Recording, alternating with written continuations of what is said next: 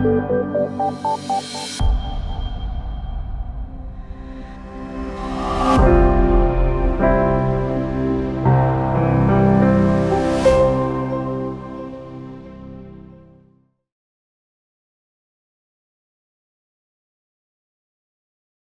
and welcome again to the idtalks. This spring of 2026, we are talking about intergenerational solidarity. Intergenerational solidarity is becoming very important as a topic, as a concept in the European Union and wider Europe. However, regardless of the Union promoting solidarity between all generations, there are negative attitudes towards certain age groups, and demographic trends in Europe are dividing our societies. Therefore, we decided to offer a series of talks that can have a potential positive impact on the perception of intergenerational solidarity. Intergenerational solidarity and intergenerational dialogue are also becoming a central topic to youth work, and we would like to offer some linkages between the concepts and the actual implementation of intergenerational solidarity in practice. Today is our second talk of the series, and today we are going to talk about ageism. Generally, what is age, how it is defined, what does it mean for different generations, how does age intersect with culture, society, religion, gender, what are the common misconceptions and assumptions that we have about different age groups. And we invite to explore the age and power dynamics with our guest speaker, Alice Latta. But Alice has been preparing her talk with her colleague, Juliette Laisné. Sorry if I mispronounce your name, Juliette. Juliette and Alice have been working together at Entrage. It's an organization where they tackled different topics connected with age, ageism, intergenerational solidarity. Juliette was responsible for training and awareness raising missions, as well as coordinating the network of intergenerational action in French-speaking Belgium, while Alice was coordinating two major awareness raising campaigns, Intergenerational Week and Intergenerational Film Festival. Currently, Juliette continues her engaged work in Interhome, where she works to improve and support the quality of life of older adults, while Alice is developing Mémoire Vive, an audiovisual project that highlights, strengthens, and makes visible the agency of older adults. I'm really, really happy to welcome you. And maybe I just missed to mention that the idtalks, the series of idtalks, are brought to you, as always, by Salto Inclusion and Diversity Resource Center, that in these coming years will be working actively on the topic of intergenerational solidarity. And I'm here with my colleagues, Maria from Salto ID, Maria that is responsible for communication, and Olaja that is quietly doing the most beautiful magic that you will have to see in the end of the talk. So Alice, I am passing you the floor, and I couldn't be happier and more excited to learn more about age and ageism today.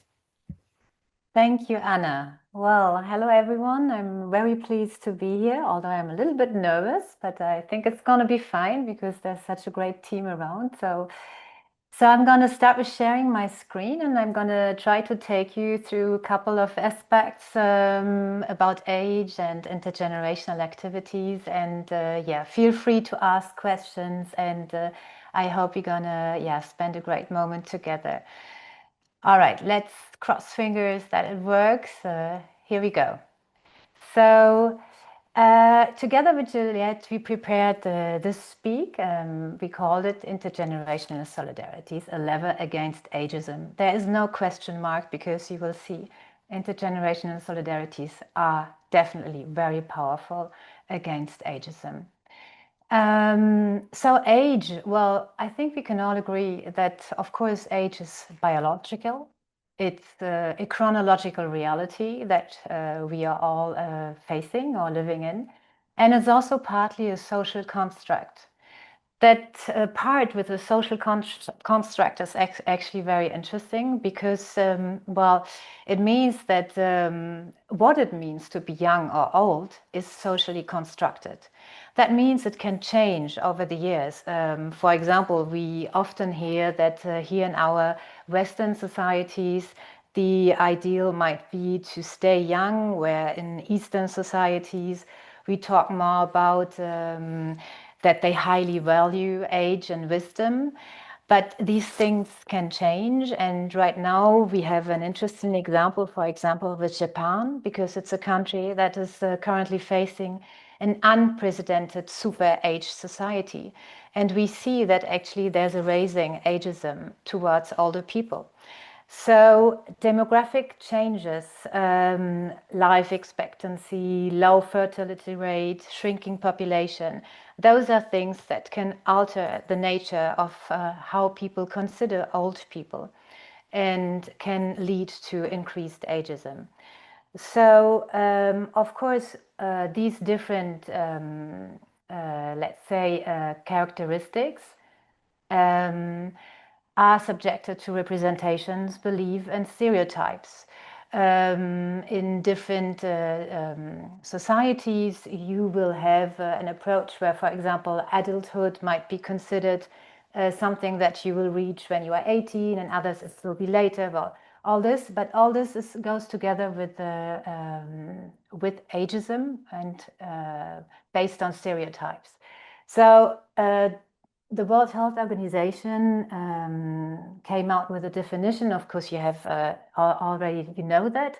I think what's interesting is to remember that ageism is something that concerns old and young. For a long time, we had an idea about ageism only directed towards old people. But we know better now, and we are taking much more into account the perspective of young generations as well, because they also suffer from ageism, and we will dive into it a little bit more after this. But yeah, I can encourage you to take a look on the global report on ageism from 2021. It has interesting charts and interesting numbers from that moment who are definitely still valid. Ageism is something that is around us everywhere in our daily life. We can see it, well, you have here this publicity. I think they took it down. I think they had to take it down. But yeah, it's something that is around us everywhere. You can see here at the page, it's like a birthday card in French. It says, well, it promotes the idea of staying young. You are not old, you're just a recycled teenager.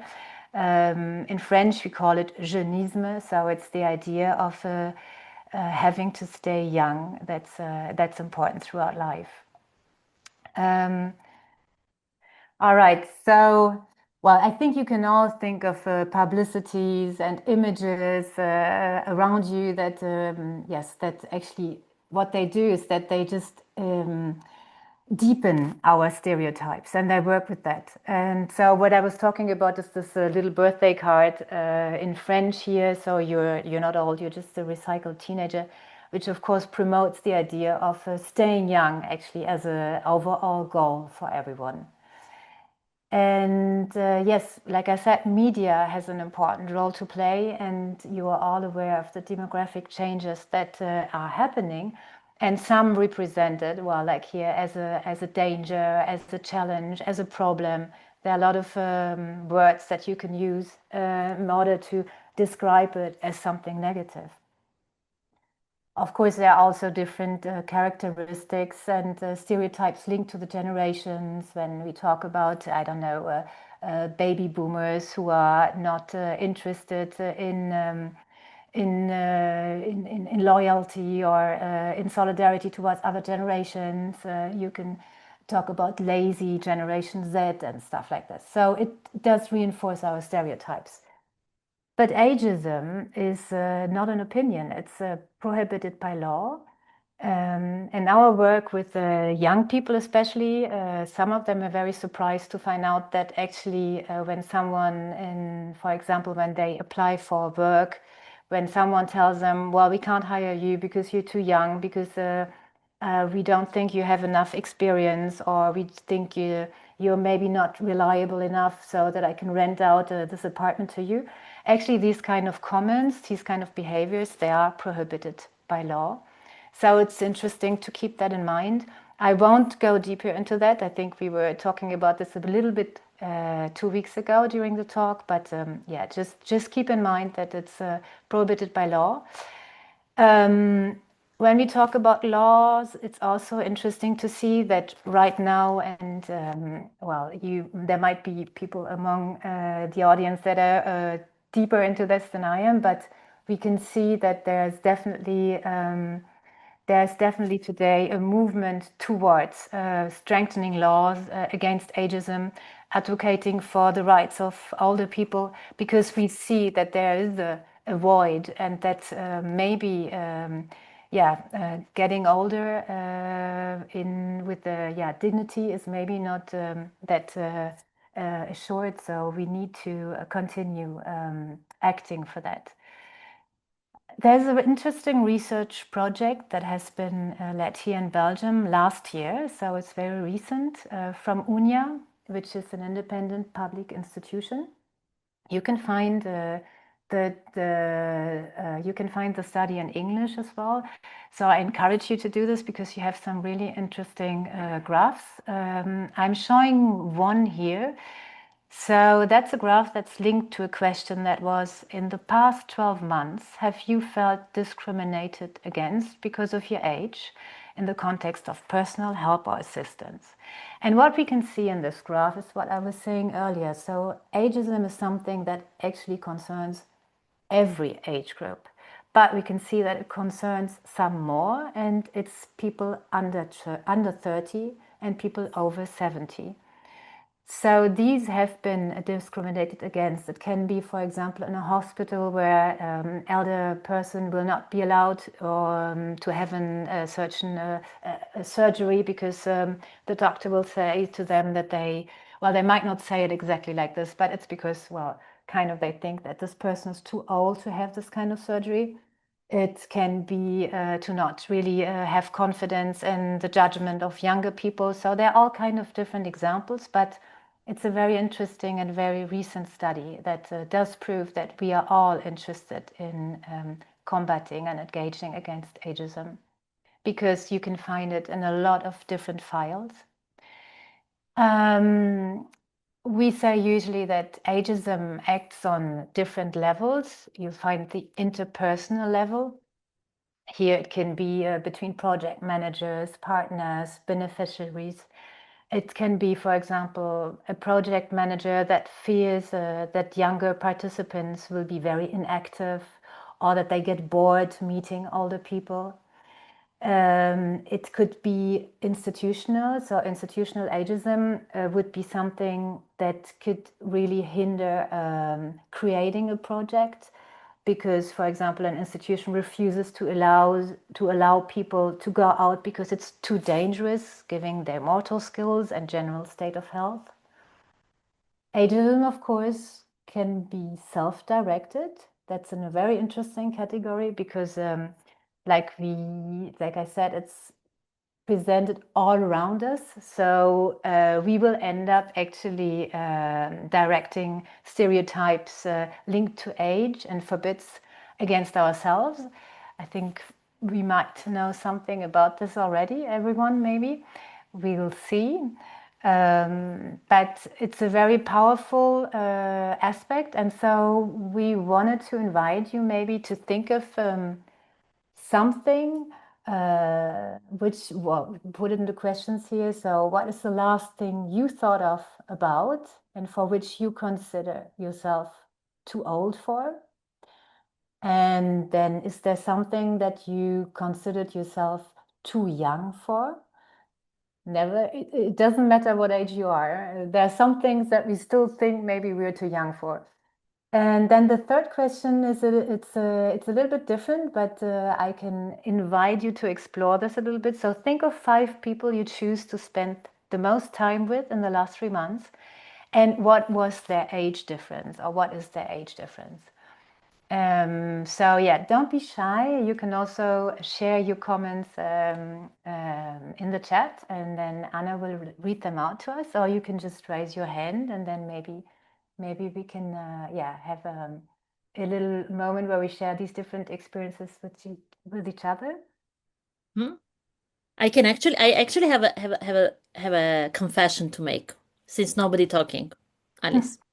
Yes, I go consider ahead. myself I'm in my 40s and I consider myself too old for different things, but still as a woman in Armenia, which is quite conservative society, I still am seen too young when it comes to conversations with decision makers. They would still treat me like not super serious, especially if I don't show up in my age appropriate full attire, including a wedding ring or something like that. Yes, I think I was 50 last month, and I think one of the most disappointing things I once saw in a study was that people over 28 shouldn't wear hoodies. And I love hoodies and I wear them a lot. So I'm obviously breaking that stereotype or that Very good. rule. I collect teapots. However, I didn't start collecting teapots until I was 40 because I thought it was quite a middle-aged thing to do. Even though I wanted to collect teapots for a long time before that, I kind of thought, no, it's a very middle-aged kind of thing. Um, and so I definitely considered myself too young for that. And then I work with young people most of the time, and it is my absolute joy to work with young people. I think they're one of the most undervalued and underestimated cohorts of people that do experience um, ageism, and I think they are very much an unrecognized minority as a group in themselves as young people because they're not taken seriously when they really should be.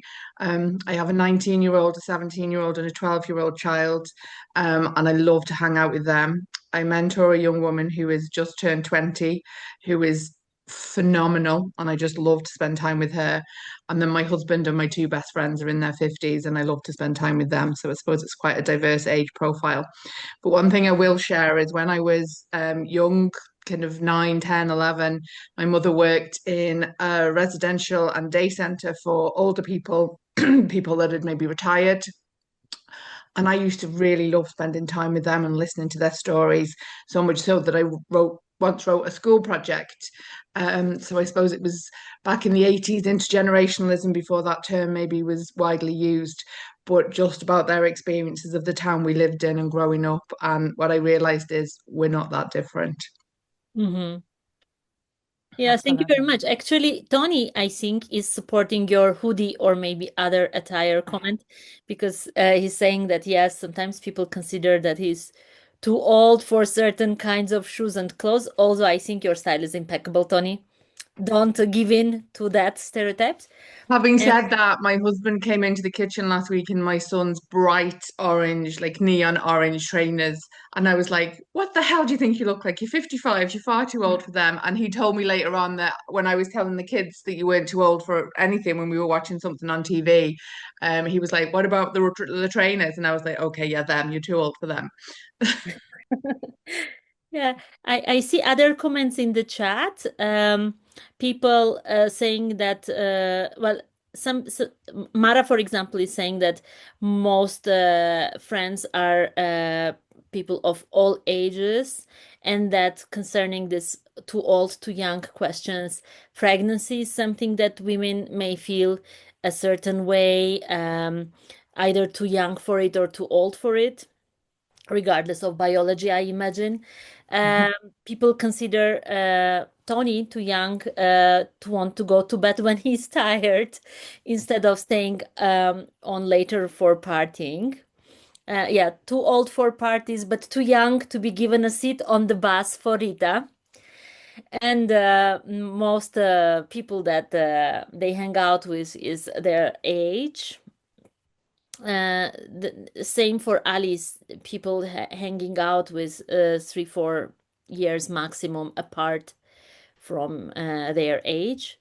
Marta here is saying that these are great questions, and for questions three, the ages are 50, 18, 35, 47, 70, so quite diverse ages, and I think also quite different from her own, or like a little bit younger, a little bit older, much older.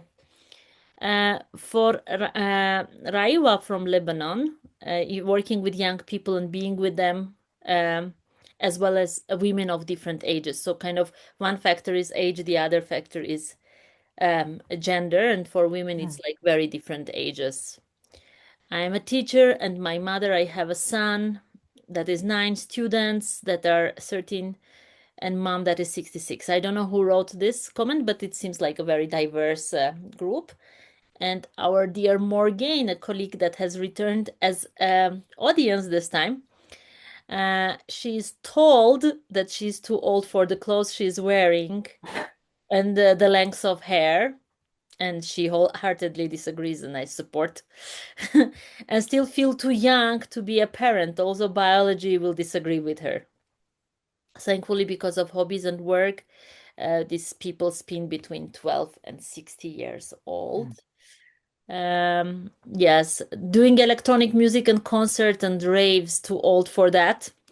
Thinking about long-term housing, investing and settling, too young for that. And the diverse age groups. Uh, yeah, clothes are a common topic, it seems, like how we look.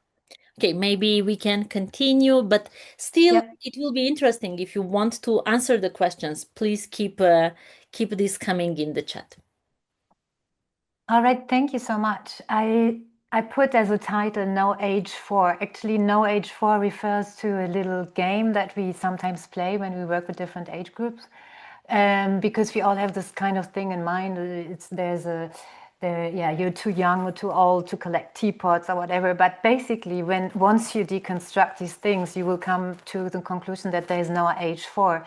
Is there age for love? Is there age for I don't know, wearing hoodies? Is there stuff like this? And so I find it's an interesting entrance to this idea of this false idea, basically, of age limits. What age can actually, what does it do? So our next slide is about intersectionality. I think that most of you know what it is, but it's important to keep in mind that whatever discrimination you will face because you're part of a minority, well, it might increase with age. I'm saying might because, well, I said in the beginning, age is a social construct. So it means that there are some exceptions where age might not increase the discriminations you are facing. But usually, if you are Black, if you are handicapped, if you are a woman, then with age, unfortunately, you might even experience more discrimination. So it is this interdependency and overlapping discriminations and oppressions that we talk about when we talk about intersectionality. And Anna will share with you at the end a link to a video that we developed while I was working at Entrage, which is trying to explain the mechanism of ageism, and there's also a little part of it in it about intersectionality. And you can watch it on YouTube. You can switch on the subtitles if you need the translation. Yeah, so the World Health Organization, like I said, came out with an interesting campaign as well.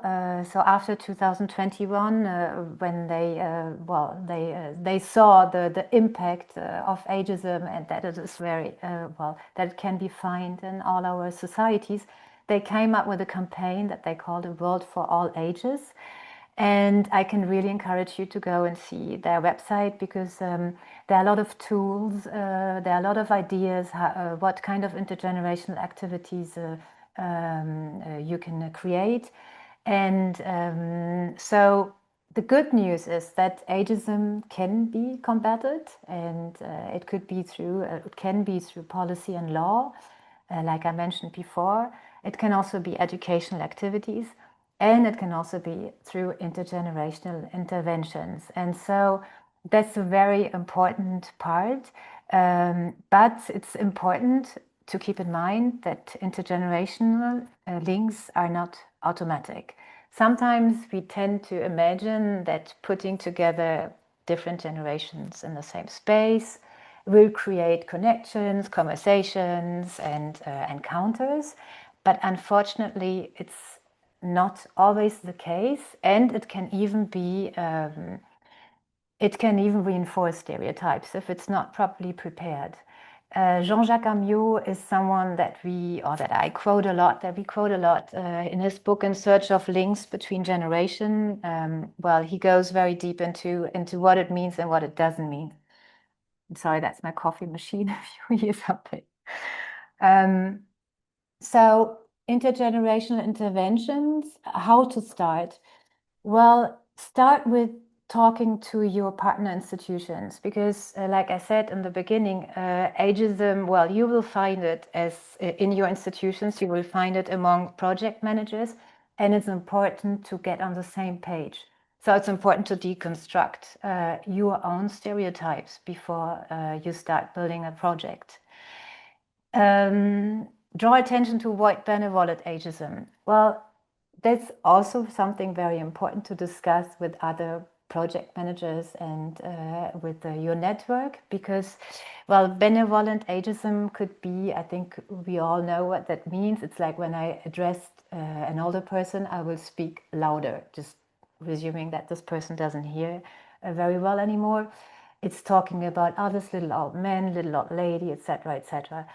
So in ageism, we will have this benevolent one, and of course there's a hostile one, but the benevolent is sometimes even more difficult to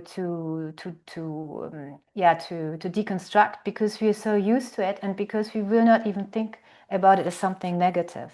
So for example, well, when you're in the bar on a bus, and when you propose your seat to someone, well, we could say it's actually benevolent ageism, because you just presume that this person, because of their age, might be in need of a seat. Well, it's actually not necessarily about this. You can imagine a teenager, I don't know, with a broken leg or something. So it's not actually about age. It should be about the necessity of being maybe helped, or of asking for help. So with different creating intergenerational projects means that you will work with different age groups.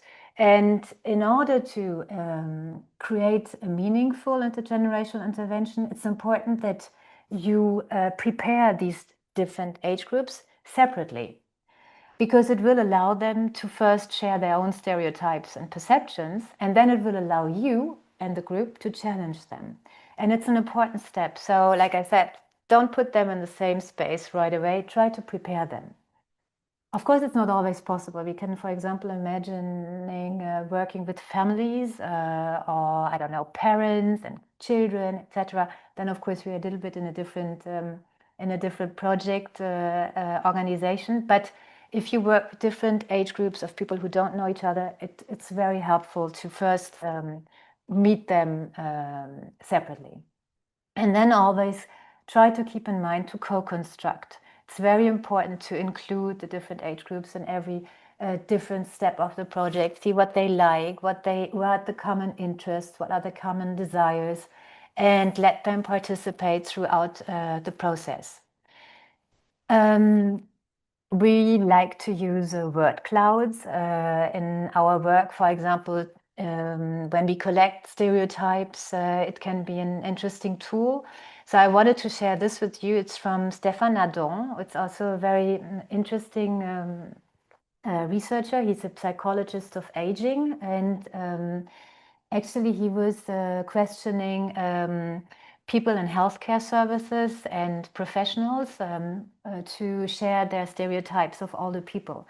And so in the first word cloud here, you can read all the words in red. They are actually stereotypes, negative stereotypes. You can read illness, solitude, being slow, hospital, sadness, death, etc., etc.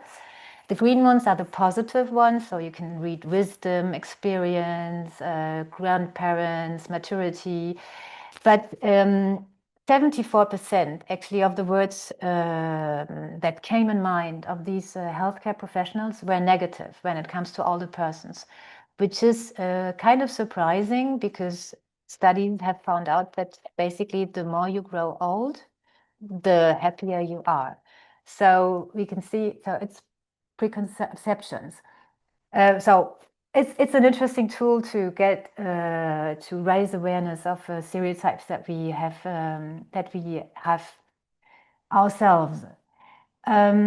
So I was saying, if you put generations together in the same space, it might not mean that they will interconnect. It might just mean that you create a multi-generational space, which would be this little round where there's no connection.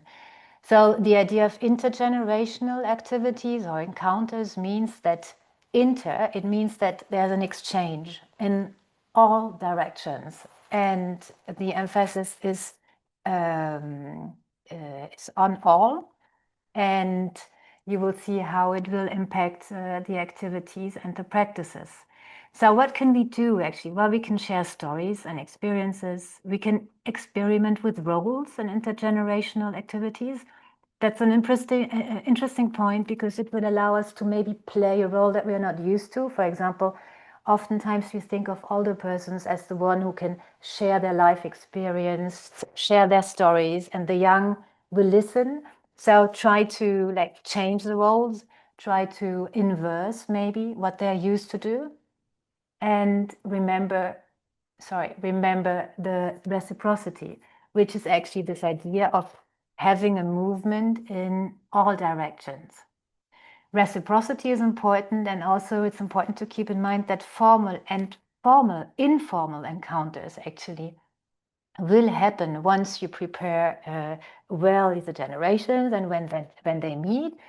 You have your own project that you have built up, but remember the informal side of it as well. Give them a chance to have a coffee together, to talk, to make breaks, and just let this informal encounter happen as well. It can be extremely important for them. So what benefits of intergenerational practice are there? Well, there are only benefits, basically, if it's well handled. Ageism, of course, affects our health, and so intergenerational practice will affect and will increase our well-being and create stronger connections, develop new skills. We put it into a virtuous circle of benefits for the public you work with, but also for yourself, because it will have a positive impact on self-esteem, on the group esteem. A sense of belonging will increase. The fact of feeling useful, of feeling that you still can now do something or give something to the community as an old person, but also as a young person. And overall, it will create a robustness in the community that's very important, given the challenges that we all face. And I'm not only thinking about demographic challenges here, but it can also be environmental, social challenges. So creating communities that are linked together, that are robust, is very important. And intergenerational encounters can contribute to that. There are many, many different kind of activities, of course, that you can organize. Well, you see, it's in all parts of different arts, of course. Sports is very important. It can be a very interesting area to create activities in. So I was in charge of the Intergenerational Week, and you can also find on the website, well, it's in French, but you can translate it. It's different kind of activities that maybe can inspire you. Of course, housing is also very interesting, to create activities around it, to initiative activities and events. There's this quote that I once heard, and I find it was quite true. The table is for intergenerational relations, what the bed is to romantic ones. And it's true. Everything around food, cooking, preparing meals together is very interesting, not only for intergenerational, but also for intercultural encounters. It can be really very enriching, regardless age or origin. Well, we used to use film as well. So cinema, sharing a moment in the cinema, going out, trying to bring people who maybe are not used neither to meet, neither to go out together. Bringing them together in a cinema can be a very interesting moment. We picked usually films that are sharing the story of someone who is facing a challenge in their life, and then through the help of someone from another generation, they overcome this challenge. And so we were not only showing on the screen something that could actually raise awareness, but we were also allowing the public afterwards to meet, to exchange about what they saw. And so it was always a very interesting experience. So as professionals, how to act? Well, to kind of rip it up, well, be aware of your own stereotypes, open up the possibilities, and don't try to reduce the risk too much. Just allow people to decide for themselves. And yeah, co-construction, like I said before. So try to involve people in building up the project. Try to involve them from the very beginning to the end. Don't forget to evaluate the project afterwards with them. It's very important.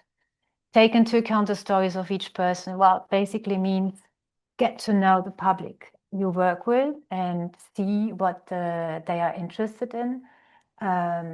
For example, right now, while I was talking about cooking together, food, etc. Well, of course, you have to be aware if there's a Carême time or Ramadan, don't organize this kind of activities. Just keep in mind that there's a social, a cultural, economic background to each group, and that might be even more important than age. So yeah, I put some links together for you, but of course, always feel free to contact me or to contact Anna or anyone from Salto if you have questions, and I will try to respond to it as good as I can. Yeah, hopefully you had some inputs. You got some inputs out of my presentation, and now I think that Anna will invite you into some more working groups to see what we can share together. Yes, I think we were just saying a variety of different things, and we have a variety of different experiences. And Antoine shared some great stories about Scouts and some of the activities that are done in Scouts. And having been a Scout leader myself, and it's something that it's an organization that I very much value. I think the opportunity for storytelling and skills sharing is there, and that's just kind of like a really nice way to interact.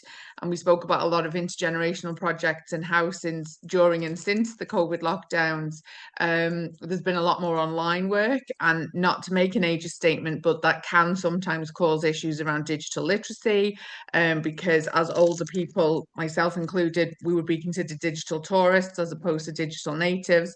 And that can bring kind of challenges. I am that woman with my phone that goes, "What button do I press?" And the joke is that I am turning into my mother, who is 75 and doesn't have a phone because she never just knows how to switch it on, never mind anything else. So, and there is not to that in itself can become ageist, but that is also sometimes a reality. So we have to, I think, just be mindful of not being ageist whilst also dealing with the reality. And one of the things that we talked about as well was around how sometimes there is often that presentation of superiority of people who are older and that they know better, and that can often lead then to situations when you're in a room of multi-generationalism rather than intergenerationalism, because people will switch off because they think the older person in the room knows better or thinks that they know better.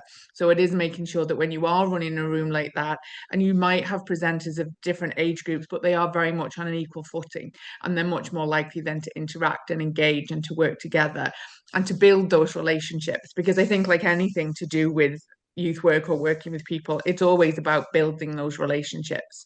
And one of the things I think I do personally is I very deliberately, and it is about being deliberate about so many of the things we do, I think, make sure I have people of all ages and stages in life in my network, so that the influences I have or the information or the opinions or the input that I seek will come from a variety of different viewpoints. And I think that's something that we can all do in the work that we do, and that I think we're from what we talked about in the group, that we're all trying to do. So, we had lovely young ladies they spoke about such things. For example, Christina from Moldova, she spoke about activity in libraries, where people are invited to share stories about their career, stories about life-changing experience. And she thought that it is a nice contribution to community life. Emina, sorry, I don't remember surname and country. Emina said that the main thing she thinks to share duties. For example, to have outdoor activities, physical exercises, dances, go to countryside. And also she emphasized that deep talks are necessary to create deep talks which concerns both young and not very young. Rowie from Lebanon said that during activities they teach not young people how to use WhatsApp, Instagram, and in reverse, older generation teaches how to do crochet and cooking. And I personally said about my NGO, which exists 11 years when youngsters provide support for elderly and disabled, and they bring hot meals twice a week to elderly. Also, they go together to church services. So after church services, quite often there are nice meals in parish office. So I think it's a good thing to believe in God, but I personally am not believer, but I support my group and I support my best youngsters. I am seeking for them youth exchanges, do projects, and I reward the best with these trips which Salto Youth provides. So just take an opportunity. I invite everybody to do activities between young and not young. Thank you. Thank you very much, Rita, for sharing your experience, but also for bringing in so many different experiences from the others in your group. So we have talked a bit about the activities that we already do at national level to promote this intergenerational learning. And then when we were discussing which activities work better, the agreement was to have workshops, activities in which it's a bit of what was discussed before also through the presentation. So in which both sides can actually bring something to the table. So I know something that I can give and somebody else will know something that I can receive, regardless of the age, the same as we go with backgrounds, the same as we go with any kind of label we want to put. And then we were also discussing in the end, it was actually my idea, and I hope one day it will be implemented and the Commission starts thinking about it, that the same way we have an European Solidarity Corps program, which ends with an age of 35, we can still have 35 plus volunteering European learning mobilities. And I think it would bring a lot of inputs in matter of intergenerational learning and this language support and understanding the other side, because this concept in which we understand that the elderlies, they see the youngsters in a certain way and they see that they know better, they will understand from the moment when they meet with the youngsters, because when they meet with the youngsters, they know that they will know other things. And that's actually when there is this exchange of learning and development. So yeah, that was pretty much it. Thank you. It's very nice to see some of nice faces here who I've seen from time to time. Thank you. Thank you, Mara. Thank you very much for making these valuable points. Alice, maybe at this point, back to you, if you have any reactions or anything to add to what was already mentioned by our participants. In the meantime, I invite all of you, if you still have questions to Alice or any comments, please use the chat actively. We still have some time that we could continue this conversation. Thank you. Well, I was just thinking about something that I also think we're talking about, so intergenerational, we're talking about generations, and it's also interesting to take into consideration that, of course, the term of generations also has changed. Today, before one generation here in Belgium, for example, when you did something with the elderly about, I don't know, pass on history, well, you could think of one generation that has experienced the same historical events here and that can now be referred to as a generation. Well, this is totally not true anymore. If you create an intergenerational project, and you will talk about, I don't know, the occupation, war, experiencing war, migration, etc. You will have an encounter of generation with the same, an encounter of people with same experiences, but with different kind of generation and ages. And it's extremely interesting and important, but it also shows the importance of not stick to one age group, thinking that this is the age group that can transmit experience of a certain situation, but because it's all much more mixed up. And you can see, for example, in residency homes today, you will find different generations. So you can put into place intergenerational projects in a residency home because you will find people of 70 mixed up with people of 90 years, and it's already different generations. So it's interesting to keep this in mind and to play with these kind of terms that we are so used to use, but who are also changing throughout time. And then I was also thinking when talking about the digital gap, for example, here in Belgium, there was a huge this huge movement to defend the access to non-digital services in I don't know, townhouses, etc. And we could actually see that it was not so much a question of age, but more a question of social background. And so that's also interesting. And of course, it refers back to the intersectionality. But it's also very important to keep in mind that you have, of course, seniors who are very well up with the digital access today. They will also change, I think, the behaviors in residency homes, because today they are connected, so they can stay in contact with the outside world. So all these things I think are in movement, and it's very important to keep that in mind. I was also thinking about, you were talking about the job environment, that how you can improve the communication between someone who has an experience. Of course, there are many projects of mentorships. I was thinking about Duo for a Job, for example, here in Belgium. They put together older people with younger people, because I mean, discrimination at the workplace it is actually the first reason or the first discrimination that people are facing when they are over 50. So before religion, before gender, it's age that you are discriminated against when you're older than 50. So yeah, it's definitely an important place to work with the intergenerational solidarity. Thank you. Thank you very much. In the meantime, we have actually quite some interesting comments in our chat. Cengiz is saying that he, I believe, in his 50 years old, still feels very young. And this is also, I think, a very subjective category, youth, as feeling young. What if I weren't? He says, I need conversations with my peers the most, but my kids are still in high school, so maybe that's the reason why I feel young.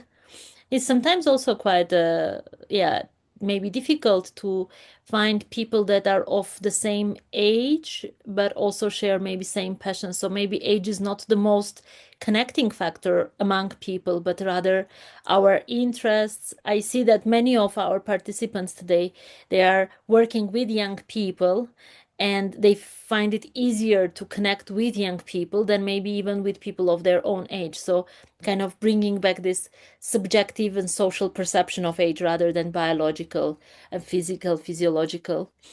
Mara saying that she works with people in retire age and keeps referring to them as the girls or ladies. And people sometimes stop and ask whether it's really that she works with people who are retired, because they are confused how she refers to them. But she really feels like they are very, very young, probably like in the spirit or how they are. Vaya here is reminding us actually of an ID talk that we had a while ago about this project in Netherlands, or this practice in Netherlands where because of the housing crisis in particular, young people started living in retirement homes or residency homes with older people. But it's not only a rent issue, but it's a social experience or a social experiment that actually works very well. And Maria from our team has just now shared the link to the article and the video of this intergenerational ID talk, which particularly focuses on this project idea. Maybe also a spoiler alert, later in the season, 2 of our talks will be about intergenerational projects, examples of intergenerational projects, when we will look deeper into 2 very specific projects, one a storytelling project and the other one a theater project, which you might find it also interesting and inspiring to look into. Yeah, there is one more comment from Mara. It's rather a question or maybe a lack of knowledge. Do you think that EU funds also forget a bit the older ages of the society? We have youth projects and adult projects, sure, but there are not so many older people engagement funds as for young people. Do you have any ideas where maybe there are some opportunities to fund projects that are targeting older generations or intergenerational projects? At least I know this is maybe not a very kind of it's a out of kind of your field of expertise question, but if you have any such information, would be good to know.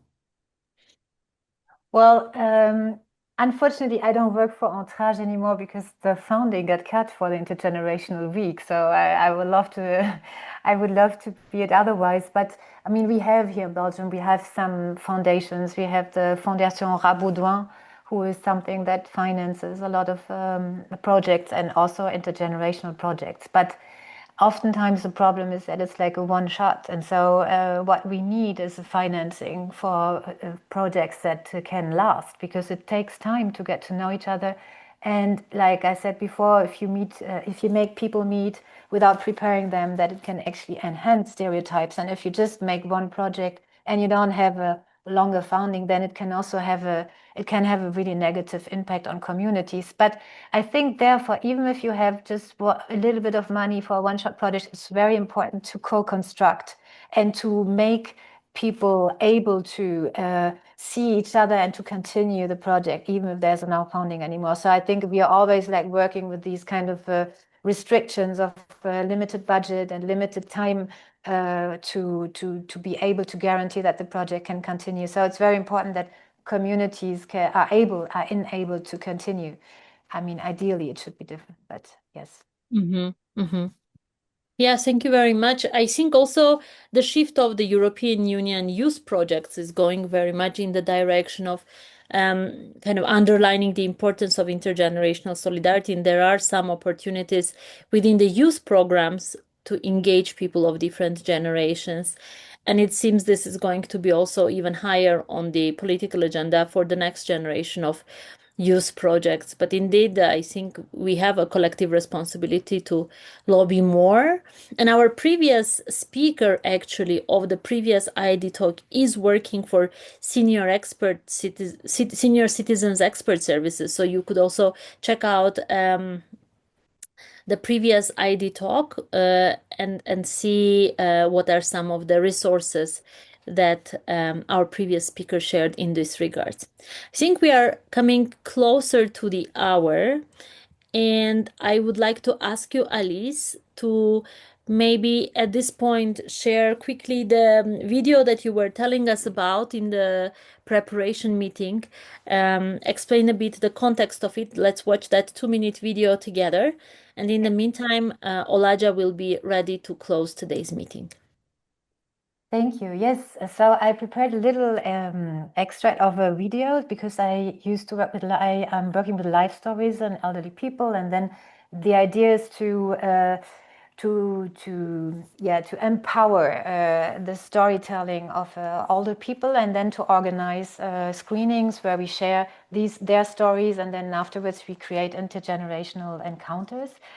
Because I think also you have to keep in mind, we were talking about self-directed ageism, and sometimes, well, some people feel that they don't have much to say because they're isolated, they don't have many people to talk with, so it's a lot of, I've been basically working a lot with older people, so I thought that this video would be interesting because it also reminds us that actually the project manager is also someone who will enter into an intergenerational dialogue with, if you work with young people or if you work with old people. So therefore, I think that the intergenerational project basically starts already when you work with your public. So yeah, I'm just going to share that with you, and I think that images can have a very empowering impact. We can Vous see a it. demandé en mariage? J'ai demandé en mariage, toi. Comment? Je t'ai demandé en mariage. Moi, j'ai fait ma main. Non. C'est on a un jour qu'il a dit, et si on se mariait? Bon, je dis ça comme toujours. J'ai jamais été difficile, ça ne peut pas dire. Hein, j'ai pas eu le caractère difficile. Vous vous êtes rencontrés comment? Ouais, sur le chemin d'école. C'est-à-dire, C'est on prenait le même tram et il avait un copain et moi j'avais une copine. Et on s'asseyait, il n'y avait rien. Et on ne courtisait pas, il n'y avait rien. On prenait à quatre, on occupait les 4 places, donc garçons, filles. On se tenait même pas la main. Même pas. Et ça a commencé vers 18 ans. Un peu avant quand même. Oui, oui, parce que le 22 février 1938, il m'a demandé pour courtiser. Doucement. Doucement. Et je lui ai dit, je dois d'abord réfléchir. Alors il m'a dit, pas question de réfléchir, c'est oui ou non maintenant. Et voilà comment je suis mariée depuis 62 ans avec un bourreau. Hein? Avec un bourreau. Ouais.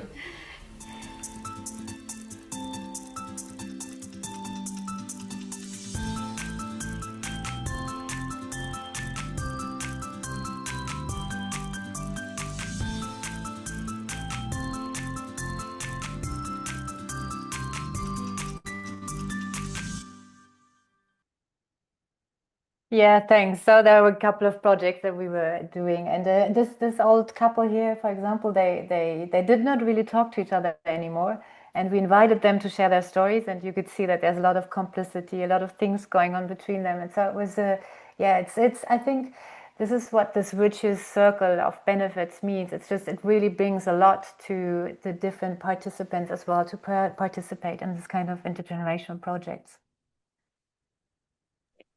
Thank you so much, Alice. And we have also continuously shared all the other resources in the chat. You can come back to them now or in your own time. I also want to remind you that after the talk, our speakers are also preparing an article that we are sending to you. We are sending to you in a mailing, and you can always find the links that they mention in the talk also as part of the article. For the time being, I think looking at the clock, it's the right moment to call in Olaja, who has been working in the background to create the visual representation of today's talk, the graphic recording. So please, Olaja, you have the floor. And for the others, I see that Mara, for example, but I have seen it also before in the chat, is sharing contact details to get in touch, to maybe do things together on the topic connected with seniors. So please take note, because once the Zoom will be closed, you will not be able to reach out to this chat anymore. Olaja, please, you have the floor. Thank you. I hope you can hear me. Very enjoyable experience I've had. I didn't even look up, to be honest. And this is, as usual, the first draft. So there is some spaces to add the last comments. But my summary, I think it's as easy as how much it resonated with us, with the group. I think you can see that in the interactivity in the chat, in all the little stories and examples. And yeah, very useful ID talks today. about defining concepts. So to understand what is age, first of all, or what age can be, and then to realize how for a big part of our lives, all of us, either we are too old or too young for different things, and we are drifting and navigating in these two extremes, while never being okay or feeling accepted, let's say, by the world around us. So really nice invitation by Alice to challenge these assumptions, to reconsider, to tolerate, and to spread the mindset that things can be done differently. So thank you very much.